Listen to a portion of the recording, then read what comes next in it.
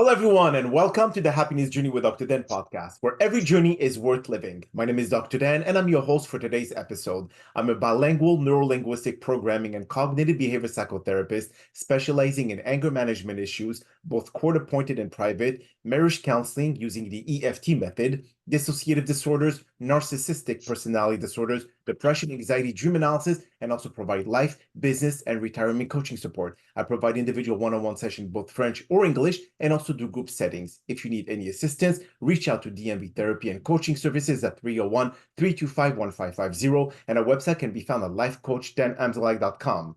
Today, I'm very excited to have for our fifth episode of season 19, a very special guest and author and living with stage 4 cancer, Cindi Buckley. And just like every of my past episode, I will leave it up to the guests to properly introduce themselves, as no one can do a better job. Cindi, the floor is yours. Well, thank you. Hi, everyone. My name is Cindi, Cindi Buckley. I'm an author of the book Love Awakens You. This book helps you to recognize and understand the difference between love and fear, because fear is very pervasive in our lives, and we are not aware of how intertwined it is with what we think is happiness, but it really isn't. Um, and I have had a variety of medical issues. As Dr. Dan had mentioned, I have stage 4 cancer, which I've had for and still have for 25 years. I have an autoimmune disorder called morphia, which limits my mobility. I'm not in a wheelchair yet, folks. I'm still making sure I'm active and keep going. Um, those are the two major things. I've had a variety of surgeries. I've also had ovarian cancer as well. That seems to be under control. I have another year before I get to go once a year to the gynecologist. Wow. Wow. Well, thank you so much, Cindi, for being a part of this podcast. And I know that your journey is somewhat extremely challenging. And I think this is what we're here for, to be able to inspire many others, many of the listeners, that stage 4 is not, it's not terminal anymore. With the proper treatment, you could prolong your life and live a happy life. So obviously, if you had cancer for 25 years, from stage 1, it jumped quickly to stage 4, or there was a long, long time before that happened? I actually found out about it when it was stage 4.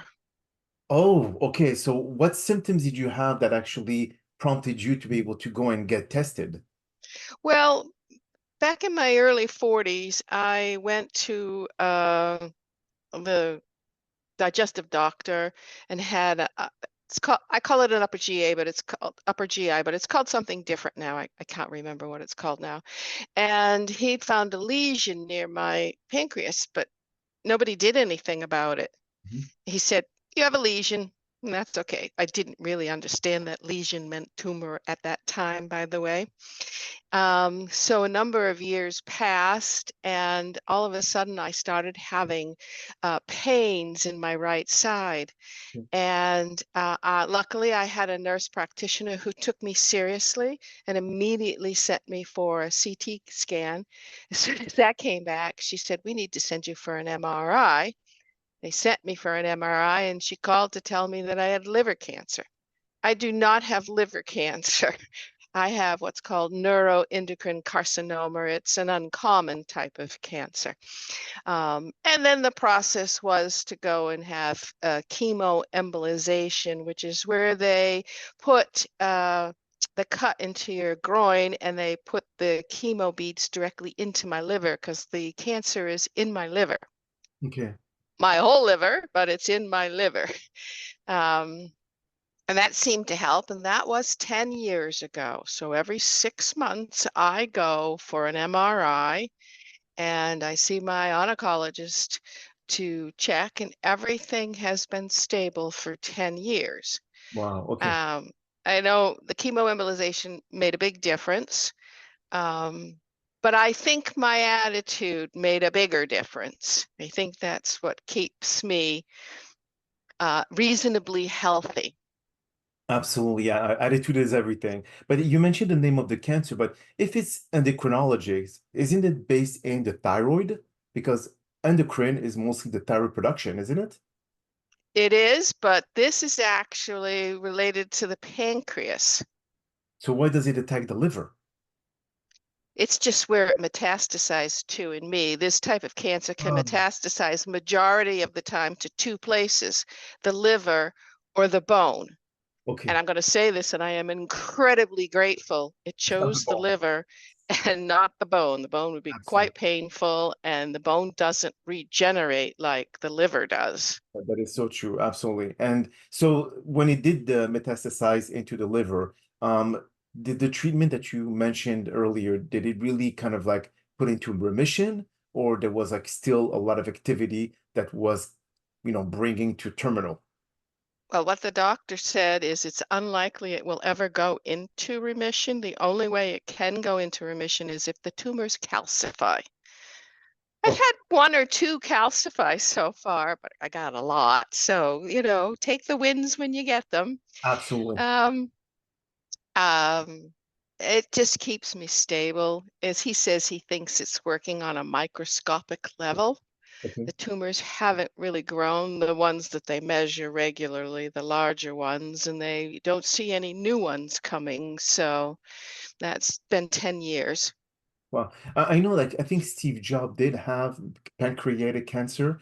He Uh, did. that He could. had the same thing, neuroendocrine Okay, carcinoma. he did. He didn't, I mean, he passed at 54, I think, or how old was he? So it seems like even though you have the same thing, but it's not affecting you the same way. Well, he did some unusual therapies. Okay, He went down to Mexico and chose to do the high dose vitamin C and to eat only a fruit, vegetables. okay. Won't be very, that will help for some types of cancer. It would not help for this type of cancer. This type of cancer can be very aggressive or it could be very slow growing. I believe I have the slow growing kind, Mhm. which, it could change at any time. If it does, I'll deal with it. I don't know if he had the aggressive kind or not, but he did choose to do some alternative therapies, which basically didn't work. But cancer usually thrive in sugar. If you suffocate the cancer by not having any sugar in your diet, shouldn't that work? Not in this case, not in my case. Okay, because even him, if you did say that he did vegetable and I would say Fruits. fruit, but fruit does have natural sugar. So he just continued feeding the cancer with how it thrive inside the body. So it should have like, completely eradicated sugar intake, and that probably would have suffocated it. Well, it'll help slow it down. This type of cancer, let me just explain how it works.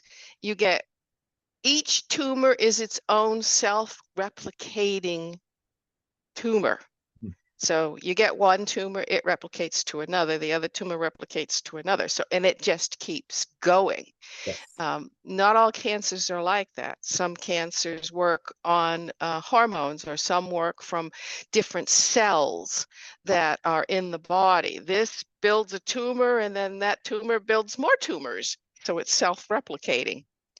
So It didn't affect, so the condition of your pancreas right now, and the pancreas, we know it does secrete insulin to be able to level the blood sugar in the body. So is it not doing this anymore? So do you still have to do? my pancreas is fine. This actually is the lesion, and they can't determine that this is the source, but the lesion that I have is actually just outside of the pancreas, and I'm going to say this wrong, but I'm going to say it, the duodenum, Okay, du duodenum, yeah. did I say it right? Okay, it's kind of like in between the pancreas and the duodenum. And so there's a special test that can be done, a scan. It's called an octrio scan. Okay, It's nuclear medicine okay, that wow, tests for neuroendocrine carcinoma, which I've had twice, which came up negative. But wow. when they did the liver biopsies, he jabbed me 5 times. It's almost healed 10 years later. Yeah. Um, that's when they found out what type of cancer I have, because the octrio scan came back negative. I've had a PET scan, nuclear medicine again at twice, and both times it said, well, you're 95% not cancerous. So this is how buried this type of Yes. cancer is. It's not overt in any way, shape, or form. Oh, I could imagine, yeah. And is it like it was very hard to access to be able to do the proper biopsy, or they have to poke many times to be able to get a sample? They had to poke me 5 times in Ouch. the liver through the rib cage to get the samples. He took 5 samples and he got them. Okay, he did get him. Okay, I see. So if you could tell our listeners, and this is the purpose of this podcast, what have you been doing during the 25 years where most people will feel extremely depressed, waiting the impending death date? For you, what did you do to be able to overcome? And you said attitude is everything. Um, Let our listeners know. I mean, because obviously a lot of people would love to know how can someone with stage 4 cancer be still able to thrive and write books, etc. Well, I want to start with saying that when I first got the diagnosis, I fell apart. Okay. You're human, you have emotions. I literally fell apart. I cried for a month and I actually said, what do I do? How do I live my life? I'm going to die soon. And I am very connected with my guides. And I said to my guides, what do I do? And they said, live your life. Live your life. So after a month of crying off and on, and not just, I mean, bawling, Oh, yes. I got really physically and emotionally tired. I just said, you know what? I can't do this anymore. This is hard work. I'm tired all the time. I feel bad all the time, and I really don't like it. So I said, okay, let's pick myself up by my bootstraps and let me get moving. Well, in the meantime, prior to that, I had become a student of A Course in Miracles, which is all about forgiveness, not in the type of forgiveness that the world talks about. This is a type of forgiveness where you truly understand that no one has done anything wrong. Everyone is innocent. Okay. Does it mean you don't Guilty. have challenges to Okay. do, to go through? Yes, you will. And yes, you're going to meet people you don't like and still don't like. You just forgive when you have that. So I sped up the forgiveness and I just said, I want to live my life because that's what they told me to do. And I said, I really should listen to it. It's a good idea. Mhm. So I said, okay. And it took about a year, admittedly, before I stopped thinking about it all the time. And time fades a little bit as you start to live your life and you start to get out more and realize I don't have to hibernate. I don't have to suffer with sadness. Why should I? I don't want to. That's It it doesn't serve any purpose other than to make me feel bad and to feed my ego. And I guess what? Don't want to feed my ego. I want to feed me. yes. That's so true. Now, when you said that you were physically tired, was it because of being drained by the feeling of like this impending death, or was it because of the treatment that you were having? Because again, both of them, if they're in sync, yes, anyone who's doing chemotherapy will feel exhausted. So what was it? Was it just the fact of constantly crying for a month that made you exhausted, or because of going through the treatment? No, the first one, constantly crying for a month, made me exhausted. Okay.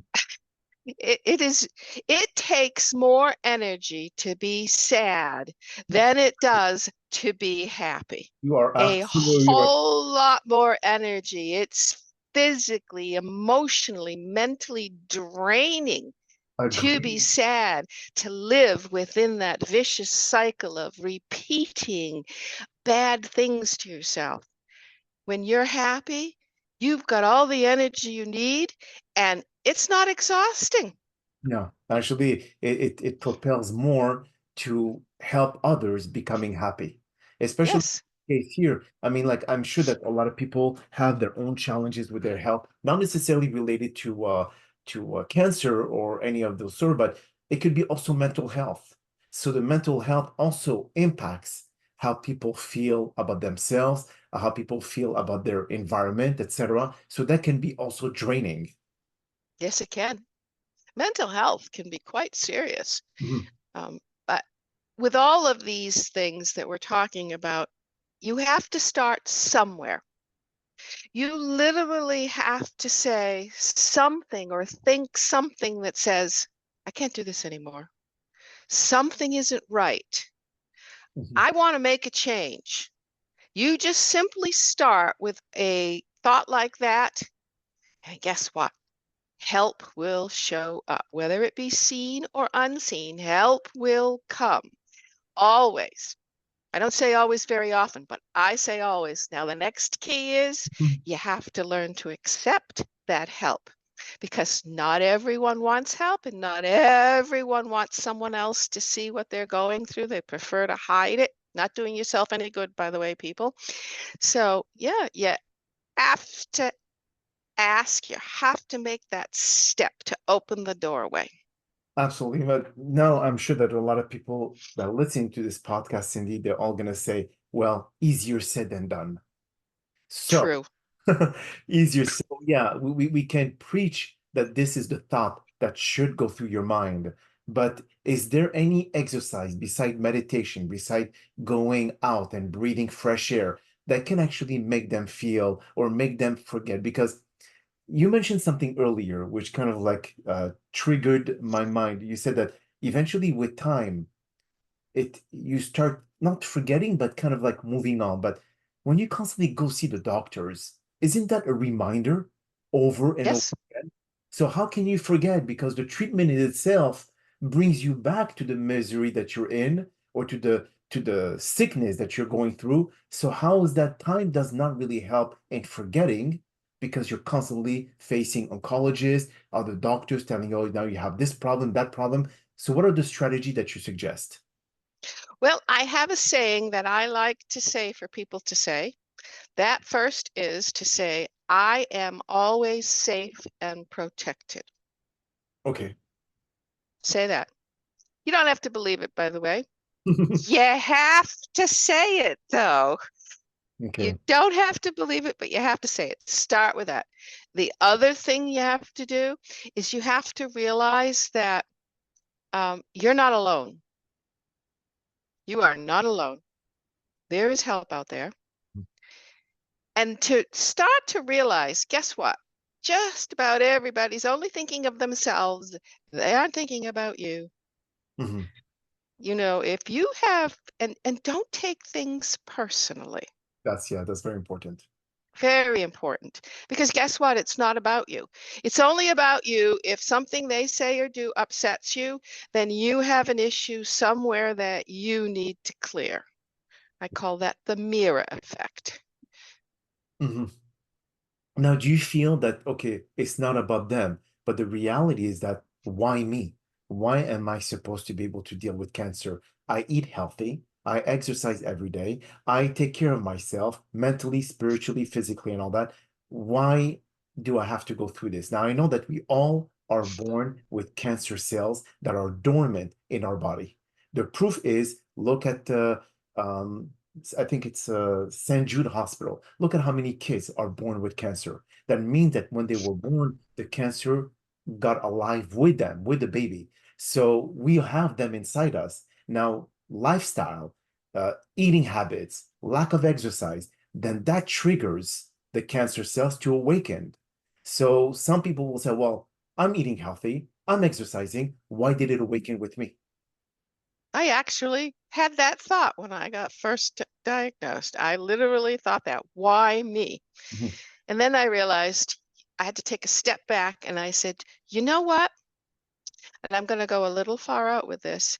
We are here. We all have lessons to learn. Purpose. How do you know that my getting cancer or someone else getting cancer isn't going to help other people? Mhm. Maybe that's what the purpose of it is.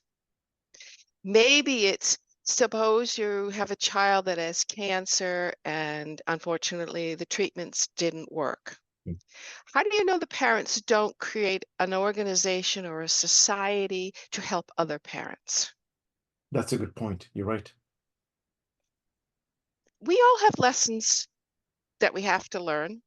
Mhm. And maybe what we go through helps other people.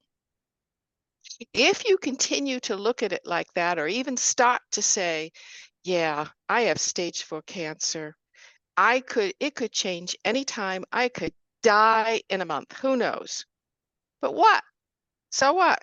What if I'm here to actually help inspire people? True. But then does it go with the same theory that people calling to God when thing goes bad and when everything is great, they don't pray to God? Is it the same thing that it needs a something drastic to happen for us to start taking action?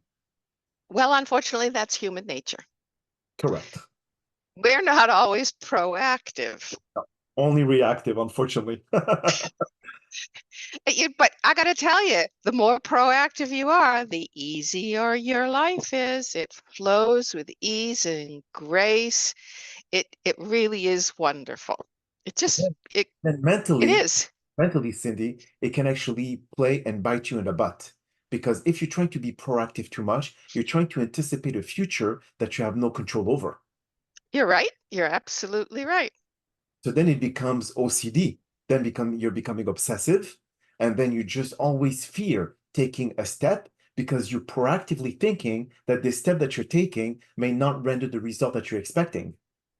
That's true. I have a section in my book where I call answers, Okay. and one of the answers is expectations. And the Okay. first line is expectations kills inspiration. True. Absolutely. You're right.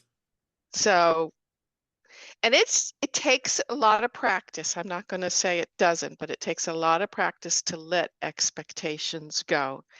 And when you do, you will be surprised at what will happen. Mm. It'll be better than you could possibly imagine That's so true. or expect. Mhm. It really is. I mean, I've this year has been an absolutely horrible year for me. I was sick early on. I've fallen very badly a couple times. I cut my finger, I had to go to the emergency room.